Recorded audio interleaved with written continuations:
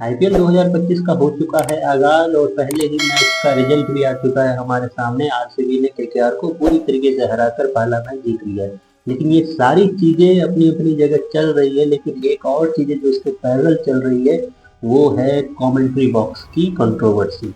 Commentary box controversy की बात मैं इसलिए कह रहा हूँ क्योंकि इस बार का जो पैनल है वो रिलीज की गई स्टार स्पोर्ट्स के द्वारा अपने ऑफिशियल वेबसाइट पे, और उसमें उन तमाम बड़े नामों का जिक्र किया गया जो इस बार के कमेंट्री पैनल में होंगे शामिल। हिंदी से लेके इंग्लिश तक के सारे उन बड़े बड़े नामों को शामिल किया गया।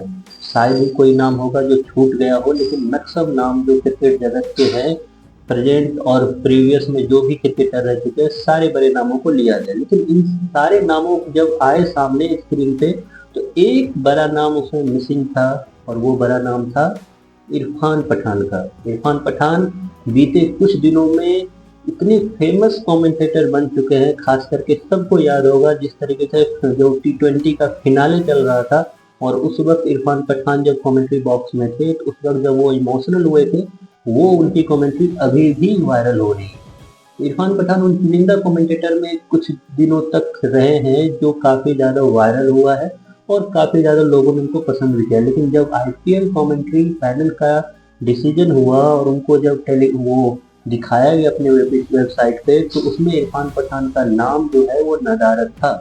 और जब इसकी तहकीकात की तो उसके बाद पता चला कि इरफान पठान को जानबूझकर स्टार स्पोर्ट्स जो प्रोडक्शन हाउस है उन्होंने नहीं लिया, क्योंकि वजह जो थी वो पर्सनल थी। पर्सनल इरफान पठान की पर्सनल नहीं थी, बीसीसीआई की ये एक कॉल थी जिसमें इरफान पठान को उन्होंने इस चीज से अलग रखने के लिए स्पेशल रूप से कहा था।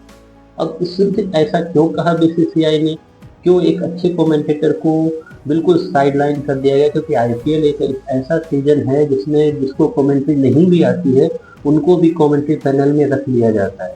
ऐसे कई नाम आपको उस पैनल जो ग्रुप है उसमें दिखाई देंगे और ये इससे पहले दिखाई दिया भी होगा।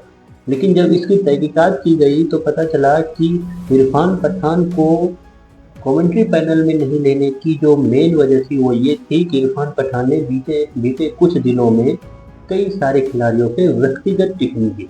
व्यक्तिगत टिप्पणी की जब वो कमेंटेटर थे, कमेंट्री कर रहे थे, जब उनके हाथ में उस कमेंटेटर के रूप में माइक था, उस वक्त उन्होंने कई खिलाड़ी को लेकर व्यक्तिगत टिप्पणी की थी, जिस वजह से उस खिलाड़ी द्वारा हो सकता है या फिर बीसीसीआई का पर्सनल कॉल हो सकता है, जिसकी वजह से इरफान पठान को दूर रखा गया।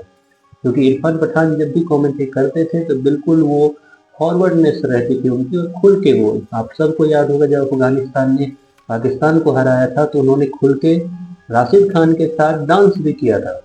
तो इस तरीके के कमेंटेटर वो थे। लेकिन अब जब ये बातें सामने आई तो सबने वो सारी हिस्ट्री भी खंगालनी स्टार्ट कर दी कि इरफान पठान ने आखिर कब पर्सनल कमेंट किया किसी क्रिकेटर को। तो हुआ यूं कि जब डीडीटी चल रहा था ऑस्ट्रेलिया में, बॉर्डर गवास्कर ट्रॉफी भारत और ऑस्ट्रेलिया के बीच में, उस वक्त उन्होंने मैदान पे खड़े होकर ऐसे खिलाड़ी जो उस वक्त फॉर्म में नहीं थे उनको उन्होंने पर्सनल कॉल लेने के लिए बोला, रिटायरमेंट की बातें। लेकिन ये बातें आगे जाके इतनी सीरियस हो जाएगी शायद इसका पता इरफान पठान को भी नहीं होगा। लेकिन अभी के लिए न्यूज यही है कि इरफान पठान को उस वजह से आईपीएल की कमेंट्री पैनल में नहीं लिया गया। और ये जो कंट्रोवर्सी है ये कोई पहली नहीं है। इससे पहले हर्षा भोगले, संजय मंजरेकर अलग अलग रूप से बीसीसीआई द्वारा बैन हो चुके हैं कमेंट्री से। ये फिर से अब इरफान पठान उसमें जुड़ते हुए नजर आ रहे हैं।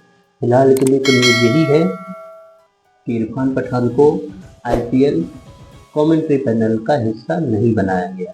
आप सबका क्या कहना है इस कंट्रोवर्सी से, वो जरूर आप अपनी राय जो है कमेंट बॉक्स में लिखें, क्योंकि इस नॉर्मल सी बातों पे इतना बड़ा बैन हो जाना शायद मेरे अकॉर्डिंग सही नहीं है।